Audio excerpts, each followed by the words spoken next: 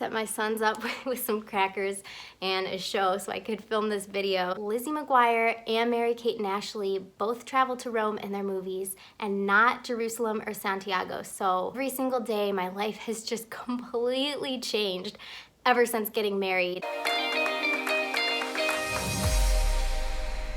Hey everybody, and Happy New Year! I hope you are all having a wonderful start to the year 2020, a new decade, a fresh start to the calendar year. I figured a fun way to begin the year for my channel would be to do a tag video. I always enjoy doing these, and this one was started by a channel that started a few months ago called Front Porch Catholic. I believe they are homesteaders, a really sweet family. I've been enjoying their channel so far, so make sure you check them out, and let's get into the questions. Okay, the first one is, what is your 60-second conversion story? So for me, I am not a convert. I was born and raised Catholic. I believe I did a video about this, but I suppose my faith journey story in under 60 seconds would be when I was in high school, and you know how that is. It's a time where you're finding your way, trying to figure out who you want to be friends with, and all of this stuff. I felt like the Catholic friends around me were not living right. And at that time in my life, I was reading the Bible more and trying to grow in my faith on my own.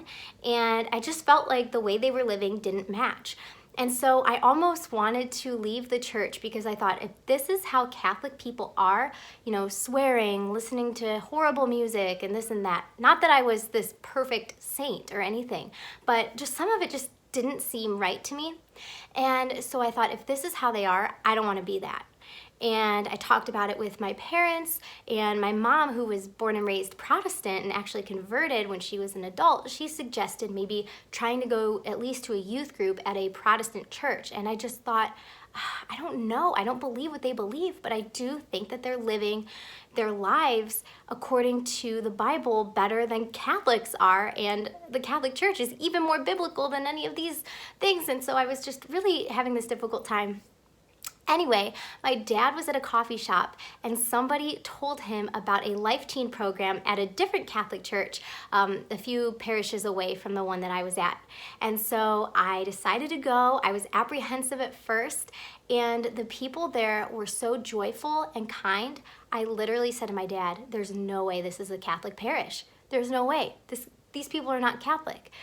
Turns out they are, and the Life Teen program completely changed my life. The youth minister there invited me to a retreat, and the only reason I went was because I thought, if I don't go, I'm just gonna be sitting at home alone, so I might as well go, even though I don't know anyone, and I was super awkward and kind of shy at that time of meeting new people. But I went anyway, knowing nobody, and it completely transformed my heart. It was the first time that I truly believed in the real presence of Jesus in the Eucharist. Like, before that, I knew it and didn't really grasp it. Not that I can fully comprehend it now, or anybody can, but that was the first time that I was like, wow, I experienced that. And it was one of those defining moments where I said, I need to change my life, and I need to completely devote it to God. Not that I didn't before, but this was like that real strong, pivotal moment, I suppose. And fun fact, since it was so transformative for me, after I came back from college, I decided to volunteer and help out with that youth group. And that is actually where I ended up meeting my husband, because he was volunteering too. And so it has been just such a joyous thing for me, being able to have my life transformed, meet so many amazing people, and especially to meet my spouse. So that's my story. I love the Life Teen program. I know some people may think it's too charismatic or this and that, but it changed my life. And you know, that's one thing. If you are at a parish and it just isn't sitting well with you, you don't necessarily have to abandon your entire belief system. Maybe you just need to go somewhere else where people are living differently, or just seeing. So I don't know. That's what happened to me, and I am proud to be Catholic. Watching my sons eating crackers. Okay, question number 2 is, why did you start your YouTube channel? So I started my YouTube channel because I became a stepmom, and I was searching the internet for answers on how to deal with some of the stuff that I was facing, and nothing that I found was Catholic or even faith-based. And it was really frustrating because I was searching for answers, and when I would find something pretty good, there would be swearing. I'm not a big fan of swear words, and it just seemed so dramatic, and I was looking for a Catholic or at least Christian resource, and there was nothing. Maybe I just didn't find something, but I just felt like I was disappointed in that. So that's the main reason. I've also just been enjoying it. I know I talk more about just general mom stuff on my channel because I've just had a lot of fun with it. Being a stepmom is a huge part of my life, of course. Also being a new mom, I have a 1-year-old and a 2-year-old and a baby on the way. And so I've just been learning so many new things every single day. My life has just completely changed ever since getting married. I mean, so many things have changed. I've been married for 3 years now, and yeah, it's just so cool, so wonderful. But when I looked for advice, I wasn't finding what I needed. And so I just thought, well, as I learn things, maybe I can share them with someone else so they won't be in that same predicament. Number 3, what is your favorite sacramental? I would say, okay, I don't know if a crucifix is considered a sacramental.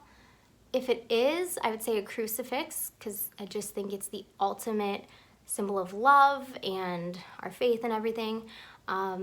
Other than that, I love holy water as it is a reminder of our baptismal vows, and I love having a holy water font in my house. It's just that great reminder as I pass by, and I love having one of those, and I've started giving them out as gifts, and it's just an exciting gift to give because I just think it's nice to have in your home. Yeah, I guess those are my favorites. Number 4, would you rather travel to Rome, Jerusalem, or Santiago? First of all, Lizzie McGuire and Mary-Kate and Ashley both traveled to Rome in their movies and not Jerusalem or Santiago, so I think the answer is pretty clear here. Okay, I'm just kidding, but I would choose Rome just because the architecture is so beautiful. I'm assuming I could go to the Vatican if I went to Rome, and so seeing that, all the cathedrals and many things there, I think that that would be so fun and interesting to see.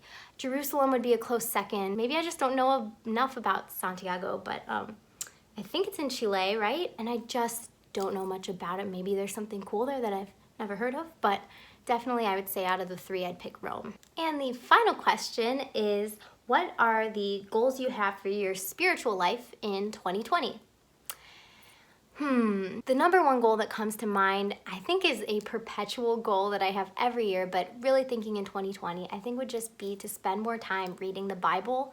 And it sounds so basic and simple, but it's just easy to, especially with Google. I feel like when I'm seeking something, I will Google for a certain topic and read some of the verses that come up and do it that way. But I love just saying a prayer and then opening up my Bible and turning to where it leads me.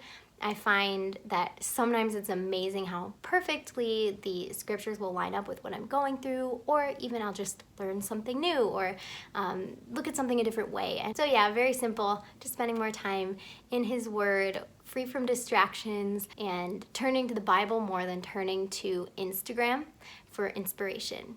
I don't know if that's relatable to you or not, but I feel like sometimes it can be easy when we want to feel spiritually enriched and we're following a lot of people who are amazing, particularly women. For me, I mostly follow other women, and reading their posts can be so inspiring and encouraging, and I follow a ton of people who are faith-based on Instagram, I'm thinking in particular, and sometimes I think I get stuck in like going there for some spiritual motivation, I guess, and instead I'd like to devote that time where my mind goes to my phone, to my mind opening up the Bible. I will tag some other channels down below, but I also want to tag you.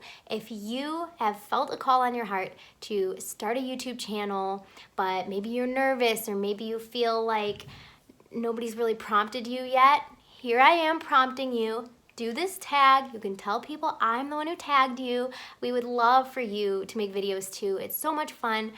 The community of Catholic YouTubers is wonderful. I've met so many wonderful people and even made friends in real life from YouTube. So I just hope that's encouraging to you. Thank you again, Front Porch Catholic, for including me in this tag. Have a wonderful New Year's Day, and I will see you in the next video. Also, if you have any requests of videos you want me to make in the future, I would love to hear them down below. So thank you guys, God bless you, and I will talk to you soon. Bye.